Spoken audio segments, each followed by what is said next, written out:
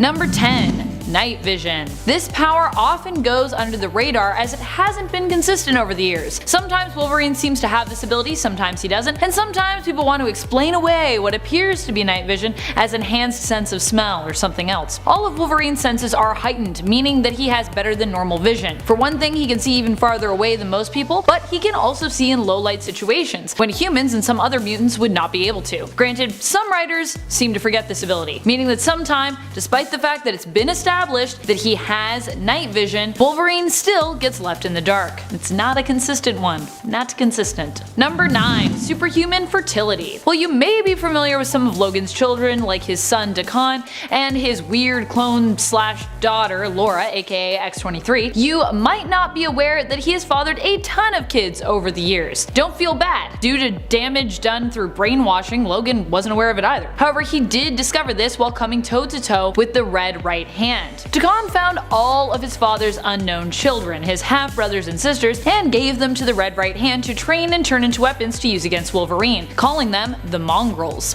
In the end, seeking revenge against the Red Right Hand, Wolverine ended up being manipulated into killing most of the Mongrels, though some ended up killing themselves. When Logan found out what he had done and who the Mongrels truly were, he was deeply distraught. This group was also really only comprised of the children Dakan found, mind you, so who knows how many other children Logan could have forgotten who might still yet resurface. These are just the ones we know about. I wonder if he and the women that he's been with use protection or not, because he's had a lot of kids. Maybe he's so fertile that any protection you use just has no effect? Number 8. Polyglot. Wolverine, having been alive as long as he has and traveled as much as he has while living many different lives around the world, knows many different languages. Some have speculated that this is actually a superpower of his, to quickly pick up language, but it is more likely that he is just a worldly person who has picked up these languages over the years. In the comics, we've seen him speak and understand English, Japanese, Russian, Mandarin, and Farsi, just to name a few. An impressive amount of languages. I know, 1.5, not even 3. Number 7. Lightsaber claws. On Earth 2301 in the mangaverse, Wolverine has claws that look like they come from a galaxy far, far away. That's right, he basically has a lightsaber claws. Apparently at some point in this alternate universe, Wolverine lost one of his arms and had it replaced with a high-tech prosthetic. As such, he can be seen with the lightsaber claws, which emit from in between his knuckles instead of his regular adamantium ones. I assume this would make him a similar opponent to Earth 616 Wolverine when he has his hot claws going, except mangaverse Wolverine might be less feral and be more cool. Still, lightsaber claws would also be good for instant cauterization of a wound if they sliced you. Number 6. Iron Fist Chi abilities. During the events of the New Avengers Heroic Age, the Earth found itself threatened by the great threat of Agamotto. That's right, like the Eye of Agamotto. You might be thinking, but I thought Agamotto was a good guy who used to be Sorcerer Supreme forever and a day ago. Well, you wouldn't be wrong, but after Doctor Strange used the dark arts too many times, he had to be replaced as Sorcerer Supreme. Enter Brother Voodoo, who Agamotto thought was too inexperienced. The former Sorcerer Supreme was basically just disappointed in Doctor Strange and Brother Voodoo and turned against the Earth and attempted to invade the world with demons. The New Avengers decided to channel all of their powers into one of them, who would then become their champion in the fight against Agamotto. Between them, Wolverine ended up being the most resilient among them, whose body was actually capable of harnessing all that power. As Iron Fist was also part of the crew, Wolverine ended up getting Iron Fist Chi abilities, at least for a time. Afterward, Wolverine obviously relinquished all the powers that were lent to him, because he's a cool dude like that. Still, he had the abilities for a while. Number 5. Uru Armor. In Fear itself, the world goes up against Kull, the Serpent, the Norse god of fear. Odin is so terrified he even aims to cut off all ties with the Earth, sure that it will be destroyed and wanting to protect Asgard. Eventually, Tony Stark convinces Odin to help out. Odin allows Stark to use his armory, where Tony begins to use Uru metal, the same metal actually that Thor's hammer is made out of, to craft weapons and armor for his friends. Uru is also known for holding enchantments well. Odin even blesses all the armor and weapons that Tony makes. Wolverine is also part of the fight and as such is temporarily gifted Uru armor and claws. Now, how the claws work, considering they were already coated in adamantium and they're bone skewers that reside within him, I don't know. Maybe the Uru claws were simply sheaths that went over top? top of his adamantium ones? Still, logic aside, this left Wolverine looking pretty unstoppable. Number 4. Powers from the Celestials. On Earth 295, Wolverine's power levels are the equivalent of Apocalypse, and he doesn't even go by the codename Wolverine. He was sent to investigate a spaceship that had appeared on Earth. When he visited it, he learned that it belonged to the Celestials, who had come to judge Earth. To save the world and prevent this from happening, Logan offered himself up to the Celestials, who used their technology to change him into the heir of Apocalypse. His power level dramatically increased, and while his Earth 295 counterpart originally went by the X-Men codename Weapon X, he now adopted a new codename, Weapon Omega. He would eventually be reduced back to his original power levels after Jean Grey used a pill to strip him of his power and revert him to normal. While it may not be Guyver armor, while his powers were enhanced as Weapon Omega, he had a pretty sick suit of armor that he donned himself, evoking Apocalypse's own suit. So stylish, so dark, belt with a big letter on it. Number 3. Animal empathy. Logan's feral nature also often allows him to explore a somewhat unknown power of his. When things get really bad for Wolverine, he has a tendency to isolate himself and tries to lose himself within nature, reverting to a feral state. When this happens, we see how good he is at sensing animals' emotional states and perhaps even communicating with them, although it's never really been fully confirmed in the comics. He has joined Pack of Wolves and Forgotten Civilization a few times, preferring to live as an animal with other animals in harmony. Once when he killed his childhood friend Rose, and once when he was manipulated into killing his own kin. That thing I told you about earlier with the mongrels. That thing. So much drama, so much woe. Time to join a wolf pack. Number 2. Can survive through self-cannibalism. Logic has never stopped Wolverine's powers, or really anyone else's superpowers in that regard. Most superheroes have powers that just don't really make scientific sense. But one of the craziest and most horrific is when Wolverine confesses that he once had to survive by eating parts of himself. Something cannot come from nothing, and Logan apparently was so hungry that he had to slice off pieces of himself and eat them to survive, or die of malnourishment, which of course was resolved by the fact that he would just then instantly heal himself, so he was fine. But if that energy from the food that he consumed was needed to feed his body, how could he also use that energy to heal himself? You could argue that his body maybe doesn't need as much energy to operate or heal, so he could do both with less food, but most of what has been established in regards to healing factors in the Marvelverse and in the comics would work against that. Deadpool, for example, has such an insane appetite apparently because of his mutated healing factor. So which is it? Number 1. Cold never bothered him anyway. Wolverine's healing factors are always explained in the sense that he can feel the pain of an injury, but heal from it, meaning that it is still possible to torture the poor guy, unless you want to try and do it with the cold apparently. Where all of the other types of pain he seems to suffer from, Logan doesn't really feel anything when it comes to cold temperatures. Logan actually seems pretty much immune to the feeling. His healing factor means that he can survive extreme temperatures. Heck, Wolverine has even managed to survive a nuclear blast. Still, his disregard for cold goes beyond that. Wolverine has slept naked in a frozen tundra and not even batted an eye. He usually describes the cold as something he cannot even feel. So apparently, this is the only type of pain that even he is immune to feeling. Maybe it's because he runs really hot? I don't know. Thank you so much for watching, Nerd Squad. I hope you enjoyed this list and learned something new about Wolverine's extensive list of abilities. When you have become as popular as Wolverine has, and have been around in the comics for as long as he has, since the 1970s, your superpower list is bound to get long, and some superpowers that you were granted before may even be forgotten. Are there any superpowers you feel like we still have mentioned that belong to Wolverine and are lesser known? Is Wolverine your favorite X-Men, and if not, who is? Who do you think should play the new Wolverine if we end up getting a new Wolverine in the MCU? Let us know in the comments below. And while you're on your way down there, be sure to like, subscribe, and ring our bell if you haven't already. We love it when you do. This has been Top 10 Nerd, and I'm your host Amanda McKnight, reminding you to stay nerdy, YouTube. Oh, and watch out for that bonus content.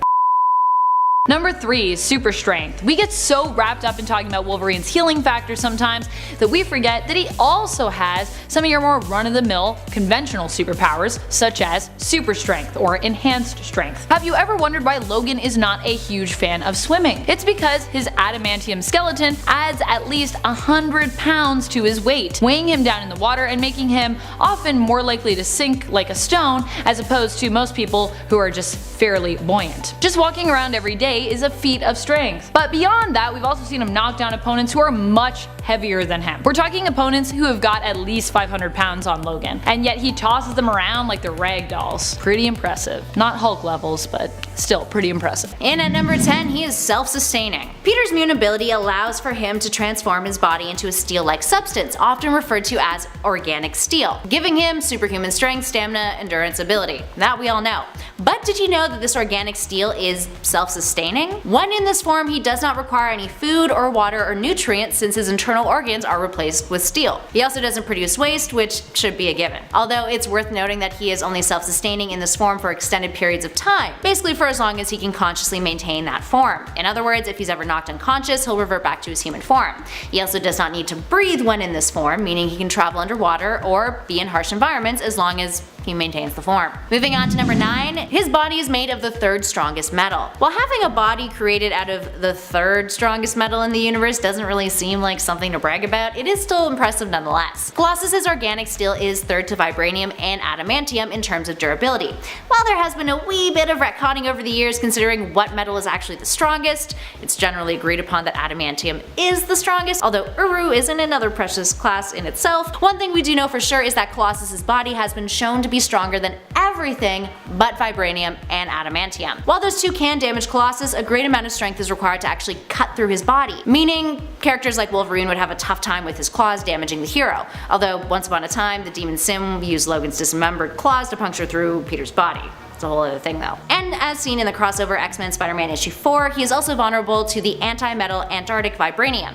His body will actually shift to human form instinctively when he is faced with a weapon made from that material. Up next, number 8, he is bendable. While he may be immensely durable, did you know that Colossus's organic steel form could be permanently bent? Well, sort of. So, during World War Hulk, Colossus went face to face with Hulk and the big green monster bent his arm backwards. Here's where things get a little frustrating for him. When he is in his metal form, as long as his injuries or breaks are fixed, he doesn't risk being hurt in his human form. So Colossus ended up hitting up Beast, who then used a super hot laser to heat up his metal body and slowly bent it back into place. This has also happened on other occasions using different methods. For example, Magneto has used his magnetism powers to return Colossus's bits back to where they're supposed to be in the past. And at number 7, neck snapping. Okay, alright, not a power, more so a line that he's willing to pass. But considering he's a superhero, and an X-Men nonetheless, taking names and snapping necks is a pretty big jump from superhero heroics. That's murder, you guys. This went down in 1986 during the infamous Mutant Massacre, in which the Marauders, under Mr. Sinister's command, attempted to slaughter all of the Morlocks. The X-Men got involved, and Colossus came face to face with one of the Marauders, Riptide, who can spin his body into a tornado and eject razor-sharp spines from his flesh. Now those didn't have much of an effect on Peter though, who went after Riptide after he had attacked Nightcrawler. He snapped his neck in the process. Now for a guy who's usually depicted as quite virtuous, he has an interesting history when it comes to morals. Despite being a generally good dude, he has done some morally questionable stuff over the years aside from homicide, including hooking up with Kitty Pryde when she was just a teenager. She was roughly 13 when he was 19. Yeah, the relationship was cut short thanks to Jim Shooter, and later was revitalized years later when they were both age appropriate. And at number 6, his Ultimate Universe powers. Colossus on Earth 1610, the Ultimate Universe, has a slightly different skill set than that of Peter of Earth 616. In the somewhat controversial Ultimate X-Men series, many of our beloved mutants were altered in ways that weren't so great. Colossus, in this case, was an addict, but his addiction was tied to his abilities. Essentially, this alternate version of Colossus was unable to move his body when he transformed into his organic metal form. He was basically a big ol' statue. So in order to move around, he took a mutant enhancement called Banshee, which is a highly addictive drug, and Colossus would need to be constantly doping up on Banshee in order to keep up with the rest of the X-Men team. And at number 5, slowed aging. This is actually a byproduct of a previous number on our list, the fact that Colossus is self-sustaining. Now there have been periods in the comics where Colossus has been able to return to his human form. While in this state, his human form remained unchanged. His teammates theorized that in his organic metal form, Colossus is fresh of cellular degradation, meaning he doesn't age. And at number 4, immunity. While anyone could take a shot in the dark and assume that with a bod like his, Colossus is pretty durable and therefore immune to a lot of attacks, the exact extent of that immunity is pretty mind-blowing. His organic metal body is impervious to oxidization, therefore he never rusts. This also extends to immunity from biotoxins and biohazards. While he does need to sanitize himself before returning to his human form when exposed to these kinds of hazards in order to kill any lingering microbes, that's still really impressive. Plus he's resistant to magic attacks and electricity. Damn. Moving on to number 3, liquefied metal. During the Omega World storyline, Colossus became a horseman of apocalypse, specifically the Horseman of War. This went down in Extraordinary X-Men when he and his team traveled to a place called Omega World and came across the powerful big bad Apocalypse. Colossus, being the virtuous dude he usually is, sacrificed himself to save his team, and Apocalypse turned him into one of his horsemen. The power upgrade gave him a new ability alongside boosting the ones he already possessed. He could turn his body into liquefied metal, kinda like the Terminator in Terminator 2, not the Arnie one. He could use this form to extend his limbs and attack foes dozens of feet away. Up next at 2, the Phoenix Force. Peter was once part of the Phoenix Five and was endowed with the Phoenix Force alongside Emma Frost, his sister Magic, Namor, and of course, Cyclops, who led the team of sorts. This went down in Avengers vs. X-Men when Cyclops led the characters to the moon in pursuit of Wolverine and Hope Summers, and the Phoenix Force appeared. Iron Man had been building a weapon to fight the Phoenix Force, so when it was attacked, in order to survive, it made all 5 of those characters its avatar, in which the characters split the power amongst themselves, but were still immensely strong. With this power upgrade, Colossus could use cosmic flames, projecting them and manipulating them at will. Initially, he wanted to do good with the Phoenix Force, and he and his fellow avatars had decided to use it to make the world a better place, by providing free energy, pure water, and food across the globe. It's also worth mentioning that at the time, he still had the powers that we're about to discuss in our next and final number, and at number 1, he had Juggernaut's powers. Okay, so you know how Juggernaut Kane Marco gets his powers thanks to being the mystical entity Sidorak's avatar? Well, once upon a time, prior to Avengers vs. X-Men, during the Fear Itself storyline, Sidorak made Colossus his new avatar. Context time. In order to prevent his sister Magic from becoming Sidorak's new avatar, Colossus sacrificed himself, a thing that he tends to do a lot, it's a trend, taking her place instead. Colossus essentially became the new Juggernaut, taking all of his powers and even wore a similar costume to his. Unfortunately, these powers came with some additional hangups. Sidorak had a parasitic effect on the mutant, giving him claws and spikes over time.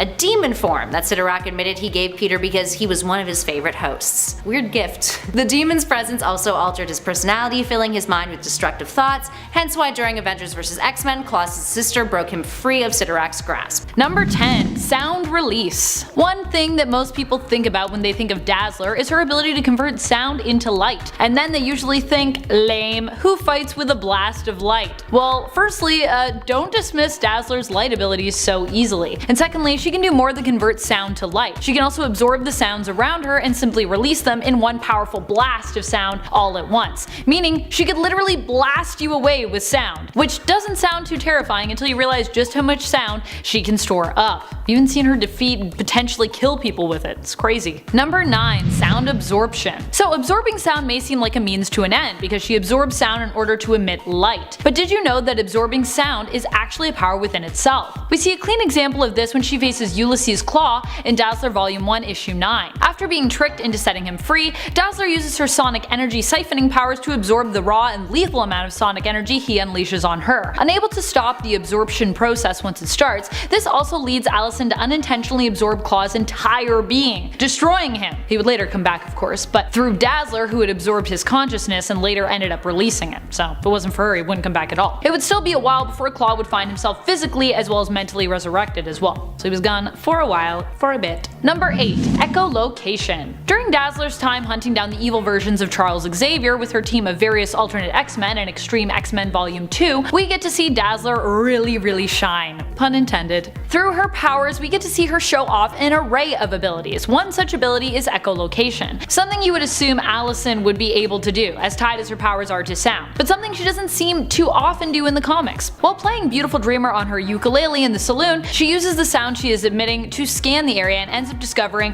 where one of the evil Xaviers that they are tracking is hiding. They find him slightly late, unfortunately, but it's still an impressive show of the control she has over her powers. Power flex. Number 7. Power stores. Some people think that Dazzler just isn't that useful because she really is only useful when surrounded by a ton of noise or music. Without sound, she can't power her abilities. I read an article where someone crassly suggested that she could only be useful while fighting Dracula in a construction zone. No. Just no. However, this really isn't fair to her and it simply isn't true. Some have also suggested that a good way to defeat Dazzler would be to simply keep her in a soundproofed room. Once again, not true. Allison can actually store sonic energy for later, meaning she could save up enough energy to use even when there was none around her. As for her being in a soundproofed room, you better do something to prevent her from making music to channel herself because, you know, she's a musician and she's also a professional singer too, so yeah. If you just put her in a soundproofed room, she'll make sound, and then she can make light, so. Number 6. Force fields. Allison can also use her light energy to create a force field to deflect incoming projectiles, and in some cases even absorb the damage from them, protecting herself and those behind or around her. This has been shown, while useful, to drain quite a lot of her sonic energy, so it might not be a power you see her using often. It also doesn't always look like a typical force field. In Dazzler Volume 1 issue 40, in fact, it appeared as a small ball of concentrated energy in front of her, which implies it either pulls in surrounding projectiles or she kinda has to work to make sure it's aimed and focused in the right spot, otherwise she would risk getting hit. But then we've also seen it be like an entire giant bubble around her and people, so I don't know. It's kind of unpredictable. Number 5. Mood altering auras. Dazzler's lights can be used to distract or even to make one feel disoriented or dizzy, but beyond that they can also be used to calm, soothe, and even alter one's mood. Dazzler showed just how powerful her light shows can be in terms of affecting one's mood when she used them to calm down Hulk and change him back into Bruce Banner. Not an easy thing to do, by the way, soothe that savage beast. Makes me wonder where Dazzler was when World War Hulk was going on. I mean, I'm not sure if Dazzler would be good enough to like soothe that raging version of Hulk, but hey, you never know. I feel like she never even got a chance to try. Number 4. Power Cosmic. In a strange turn of events, Dazzler was for a short time granted the power Cosmic and made to be one of Galactus' heralds. Galactus saw potential in her, and one of his heralds, Terrax, had gone missing, so he decided to recruit Dazzler to help him find Terrax and rescue him. She did find Terrax, but discovered that he did actually not need any rescuing, but had actually been hiding from Galactus. With the amazing power granted to her through the power Cosmic, she used the sonic blasts of Galactus' ship to knock out Terrax and return him to Galactus. Here's where the story seems, well, pretty on par with the comic book world treatment of Dazzler. While obviously being respected initially by Galactus, once this deed is done, he promptly forgets about her completely, and the Earth to the point that she actually has to shine super bright simply to remind him of her existence. Remembering her again momentarily, he then delivers her back to her apartment in New York before continuing on his merry way, likely forgetting her existence all over again. Kinda rude, Galactus. Also kinda rude, comics, the way we treat poor Allison. Number 3. Flight. Well, sort of. More like levitation, really. And Dazzler isn't always amazing at it, but using light, she's often depicted as being able to propel herself and even blast herself into the air or float using these abilities. Like I said though, this still seems to be an ability that Dazzler needs some work at, or writers need some work at deciding how it's gonna work. Though earlier on in the comics she seemed to do it now and then quite gracefully, later on in the early 2000s in the new Excalibur series, back when she had a short pink pixie cut, she seems to have forgotten that grace she once had. Instead we see her struggle and kind of seem to just like catch herself, with streaks of light coming out from under her as she and Nocturne fall onto a rooftop below. Though at least no one appears to be injured. Dazzler just complains about the risk of getting injured instead. Number 2. Breaking down barriers. It might not seem super to everyone, but mutants and inhumans have been at each other's throats time and time again in the comics. In Dazzler X Song in 2018, Dazzler was able to push back against this idea of mutants versus inhumans with her music. In fact, fighting back against the idea of an us versus them mentality between a group of beings who are discriminated against by humans equally already inspired her to return to the X-Men. In X Song we get to see the internal power of Dazzler, the powers of her as a character and as an individual. She ultimately represents the rebel, the outcast, the activist within all of us. Probably one of the reasons why so many in the queer community have flocked to her character, and why so many artists probably have as well. She stands up in the comics often when others would stand down, and many are fans of her music across the comics, both Brotherhood and X-Men alike, Inhumans, Humans, and Supers. With her music she truly shows us how super the power of uniting groups can be, bringing everyone together and making everyone feel like they have a place within a community, a family. Number 1. Lightsaber. That's right, Dazzler can create light projections and illusions, it's true, but did you know that she can also make physical constructs out of light? They look similar to Psylocke's psi weapons, but instead of being formed using psionic energy, they are created using light energy. She has used this ability before to create a light sword, which she sometimes wields, likening it to steel made out of light. And it looks a lot like another sci-fi weapon you may be familiar with, a lightsaber. Would Dazzler be Sith or Jedi though in the world of Star Wars, I wonder? In Ultimate X-Men we see a more punk rock version of Dazzler from the Ultimate Universe of Earth 1610, not only wielding a sword, but also riding in on a light tiger. Not gonna lie, I kind of love this more punk rock version of Allison, she's so sassy. Number 10. Slowed aging. Despite being born in 1946 to his parents Logan and Wolverine's wife Itsu, Daken barely looks a day over 25. In reality, he is almost mid-70s, but he certainly doesn't look it. This seems like an obvious power in truth. I mean, Wolverine obviously is over 100 years old, so it shouldn't surprise us that his son is also almost ancient. However, we also all think of Daken as being Wolverine's son, and therefore just think of him as being like super young, like being the younger Wolverine. I actually forgot myself just how old he is when I was writing this list. So just because he looks and often acts quite young doesn't mean that he is. It is likely that his lifespan will echo that of his father, meaning that he'll likely live well beyond 100. Who's ready for the Old Man Daken series? I bet he'll still be as sassy and broody as he is now. Probably also still look 25. He'll just be like 25 with white hair. Number 9. Built-in MURAMASA blade. The MURAMASA blade is known for its exceptionally devastating properties. It can cancel out the regeneration or healing factor of those it comes into contact with and is tough enough to cut through adamantium. Basically, it's the blade you want if you're going to fight with Wolverine. In Daken's case though, he wanted to use it in a fight against Romulus. He ended up getting a piece of the blade following a fight against Cyclops and the X-Men. Cyclops had been guarding the blade at the time. Once he had it in his possession, Daken took the blade to the Tinkerer with the purpose of having it melted down and attached to his claws. More specifically his one wrist claw. Of course, this needed to be a delicate procedure given that Daken himself could be harmed by the metal of the blade, because you know, he's also got a healing factor. As such, the MURAMASA was not properly anchored to Daken's claws, because it was kind of a rushed job and because it's kind of a hard job to do. Meaning that when Wolverine came after Daken to stop him, it was easier for him to do so. Wolverine broke both of Daken's arms and was able to remove the built-in MURAMASA blade from him. Daken also gets his arms broken a lot. Still, it was pretty insane for a few issues when Daken had the power of the MURAMASA blade literally embedded in him, or rather sort of like on him. Number 8. Master Martial Artist. Daken was trained by SYBER, aka Silas Burr, who currently goes by the alias of Hornet. Burr trained Daken at the camp that he was placed in by Romulus after he'd been taken in by the villain following the accidental destruction of his adopted family by Daken's own hands. Long story. This boot camp located in Canada was the same one his father Wolverine had trained at. Daken was trained there for 9 months and was considered Burr's most promising student that he had ever trained. Daken was then ordered by Romulus to destroy the camp and kill everyone within it. He complied, but as he was about to finish the job and kill Burr, Romulus appeared and ordered Daken to spare Burr, whom he claimed he had plans for. It was this superior training that would later be key to Daken's abilities to defeat skilled hand-to-hand combatants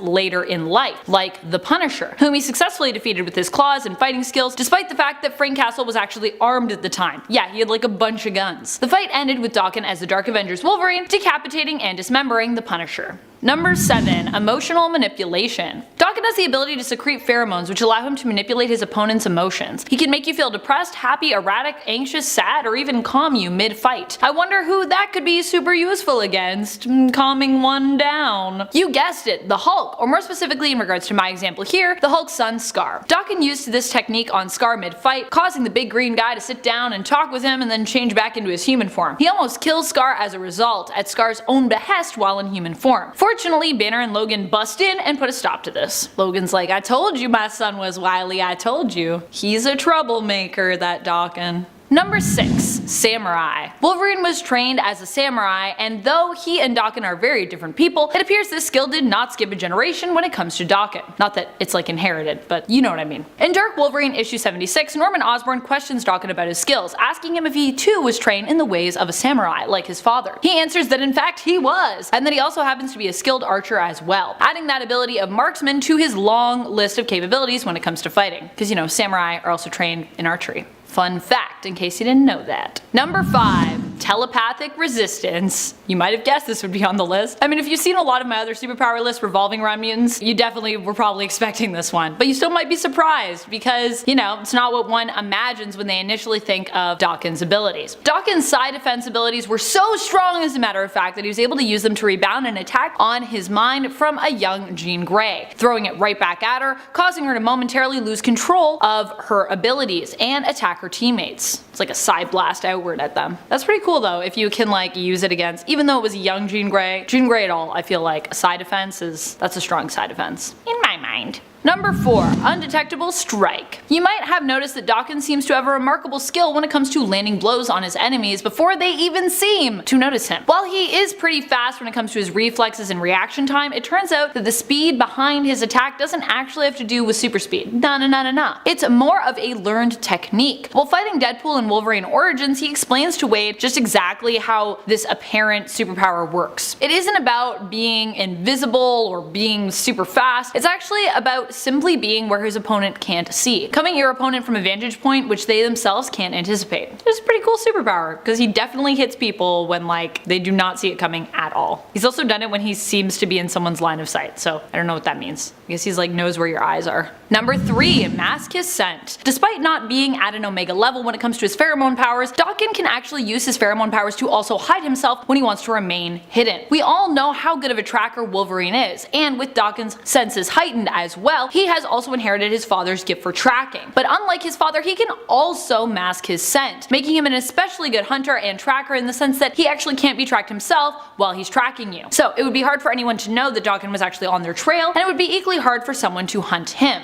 Pheromones. They're more than just emotion manipulation. Fun fact. Number 2. Energy claws. Energy claws. While Dawkins was the Horseman of Death, he was granted some bonus powers from the Celestial Death Seed, which resurrected him. Oh yeah, before he was the Horseman of Death, he died. Better yet, it was Wolverine who killed him. Yeah, I think he drowned him in a puddle actually. I know, it's pretty surprising. A lot of family drama between those two. One of the powers the Death Seed granted Dawkins was enhanced claws. The best way to describe them is energy claws. They were imbued with some kind of dark, necrotic, or celestial energy, and his new energy claws appeared to be more durable and allow him to infect others with the energy that they emit. Weirder still, sometimes they still kind of show up. He sometimes still has energy claws. It's really random though. Number 1. Master Manipulator. Beyond being the king of sass and insanely skilled fighter and being armed with his claws, healing, and pheromone powers, Dawkins is also an evil genius. He's manipulated some of the best and even double-crossed those who thought they had his loyalty, proving that Dawkins is always out for himself, taking what he wants when he wants it with no apologies to anyone that he has to manipulate in order to get his way. Such a bad boy. Such a bad boy. He has manipulated Norman Osborn, outsmarted Reed Richards, and even used the Fantastic Four, Avengers, and X-Men in a play against one another. When it comes to devious plans, Dawkins proves time and time again in the comics why he's just simply one of the best. Also, if you're double-crossing Norman Osborn, you're just I don't know, you're a master manipulator. You don't mess with Norman Osborn. Unless you're Spider-Man. Number 10. Symbiosis. We learn in the series Web of Venom, Venom, that Wolverine was actually one of the first mutants to ever merge with a symbiote. He ends up linking his mind with the symbiote, who recalls memories of Nick Fury torturing it, causing them to attack Fury. Eventually the symbiote would be separated from Wolverine, though it would later speak its first words, seemingly as a result of their time together, and would save Logan's life while merged with another being. In the older Spider-Man game from 2008, Spider-Man Web of Shadows, it was also revealed that Wolverine was able to achieve symbiosis, inciting a fight between the player as Spider-Man and this version of Wolverine, merged with one of the symbiotes. Venom Wolverine. Number 9. Lycanthropy. That's right, at one point Wolverine was an actual wolf. Well,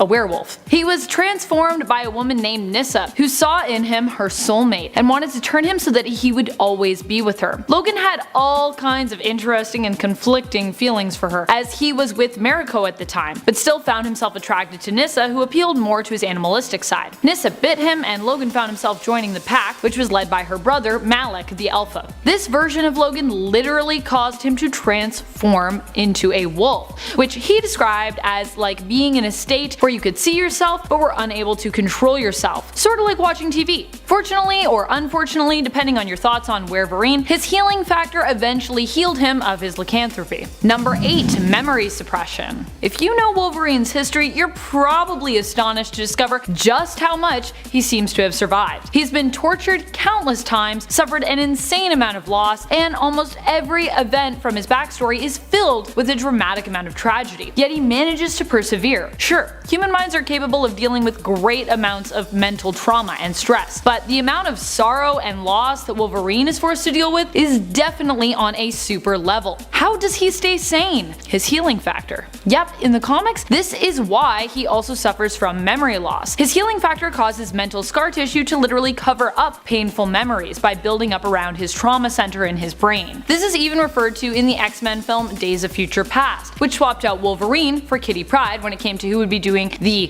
time traveling, using the mental capacity of his healing factor as the excuse for why Wolverine would be sent back, as time travel is apparently very hard on your mind. In the comics, we discover that this is also why Logan does not remember his life as James Howlett, or his childhood friend, which he accidentally killed, Rose. Number 7. Vampirism. Wolverine becomes transformed by the vampire army after being bitten. While being a werewolf seems to be something his healing factor was capable of curing, vampirism isn't. His vampire side warps his mind, turning him against his fellow X-Men, and seemingly making him power hungry. Not too surprising, to be honest, as being a vampire basically grants Wolverine even stronger superpowers than before, and armed with his healing factor makes him almost undefeatable. Still, he only remains a vampire for a short while. Cyclops had his blood tested for immunity against the vampire virus, but while he did this, he also had Logan secretly injected with nanites that would disable his healing factor. Boom. Scott Summers activates those nanites when he goes up against Logan in order to cure him of said vampirism. While appearing to be pleased at regaining control of his free will and free of his vampiric nature, Logan also seems severely displeased at the fact that Scott did all of this without his permission. Come on, Scott, you should know, don't inject people with nanites before you ask them. Gotta get some permission first. Number 6. Phoenix Force. During the series Astonishing Spider-Man and Wolverine, Logan finds himself teamed up with Peter Parker, as the two are forced to involuntarily ping-pong around time together. One of their adventures sees them go up against a planet that appears to be Dr. Doom. Wolverine gets his hands on the Phoenix gun and sacrifices himself to use it to blast apart Planet Doom. He is later resurrected and ends up attracting the attention of the Phoenix Force, which possesses him. Though he succumbs to the power momentarily, Logan's mind appears strong enough to keep the Force at bay, and he even manages later to resist it, giving Jean a run for her money somewhat. Like, geez, apparently it's that easy to just be like, no, not today, Phoenix Force. But only if you're Wolverine. You've like a scar tissue brain. It's actually surprising that his brain isn't huge when you think about it, with all that scar tissue. Number 5. Lie detection. The combination of Logan's heightened senses allow him to operate as a fantastic lie detector. He is able to recognize superheroes' secret identities by matching their scent, no matter how much Peter Parker wants to try and insist that Logan has it all wrong. Peter Parker's like, no, I'm not Spider-Man, oh no. And he can also detect the slightest changes in someone when they are sharing information. A change in heartbeat, tone of voice, or the fact that you could start to slightly sweat could be picked up by Wolverine and help him determine if you were lying or not. Probably another reason he is considered an expert spy. In other words, when confronted by Logan, you probably just want to be honest with him, lest you risk him going into a rage as a result of your perceived dishonesty. Ugh. Number 4. Hot claws. Sounds so ridiculous when I say it like that. After being resurrected, Logan found that he had access to a new ability as a result of going into his berserker rage. When Logan goes berserk, he becomes more animalistic and impulsive, less in control of himself and his emotions. This can be seen in the comics when Wolverine feels an intense sense of betrayal or loss, which sometimes sets him off into a rage. Think of the Barbarian class in Dungeons & Dragons, sorta like that. When he was resurrected, he found that going berserk would also cause his claws to go hot. They have been revealed to be hot enough to light fuel in the comics, and I imagine would be like fighting someone with a set of hot pokers attached to their arms. Pretty terrifying. But at least any wounds you received fighting Berserk Wolverine would be instantly cauterized, so that's a plus. You're not gonna bleed out probably. Still don't want to fight Berserk Wolverine, that seems crazy. Don't do it. Number 3. Hulk. Wolverine even had the Hulk's powers for a time. I know, though he sort of had to sacrifice his smarts for them, and kind of received them against his will. But still, he had them. After the leader and Dr. Aliana Alba get a hold of Wolverine and Bruce Banner, they transform them to take on Weapon H, Clay Cortez, known as Hulkverine. They become Hulkverines in their own right, but their mental capacity is reduced, turning them into rage-filled smashing and slashing machines. Snick, snick. Wolverine also has his hot claws in this form, and as such is a frightening foe to come up against while hulked out. He has no idea what's going on, he's got hot claws, he's big and green. scary. Number 2. Feral state. The 90s was an admittedly weird time for the comics. It was during this time we were introduced to a side of Wolverine that we had not seen yet, and it was revealed that his claws were in fact simply made out of bone. We learned this after Magneto stripped his skeleton of adamantium. This also triggered a mutation in Wolverine wherein he began to resort to a more feral and bestial state as time progressed, even losing the appearance of his nose in some panels, looking more like the animal he gets his codename from, a Wolverine. He would eventually regain his adamantium skeleton and return to the Wolverine we knew before, not necessarily calm, but more logical than that of his feral state self. It would appear that this ability was only accessible when the adamantium is removed from his skeleton, and yet we also see Logan as James when his claws are merely bone, and yet this doesn't seem to be as great of an issue. In other words, this seemed to be a power state that writers would rather we forget about. Probably like Spider-Man's Clone Saga. Just kidding, that was a cheap blow. Also terrible thing in the 90s though. Number 1. Telepathic resistance. Similar to how his mental suppression works, Wolverine also has a wall of armor in his mind when it comes to psychic attacks. Originally in the comics this was explained as him having level 9 psi shields installed by Professor Xavier, but over time his ability to shield himself from psychic damage began to become even greater, as seen in the 2003 Wolverine volume issue 46. Emma is even ready to disregard the shields that Xavier put inside Logan's mind, declaring that she could more than handle them as a level 10 telepath. However, later she seems unable to prevent Wolverine from charging Scott in X-Men Original Sin, and Logan shares that his psychic scar tissue is to thank for that. His healing factor has helped him to build up a resistance after previous attacks on his mind. So the more you try to psychically attack him, the stronger he will become against psychic attacks, apparently. Pretty powerful considering that he's mostly a strength-based mutant.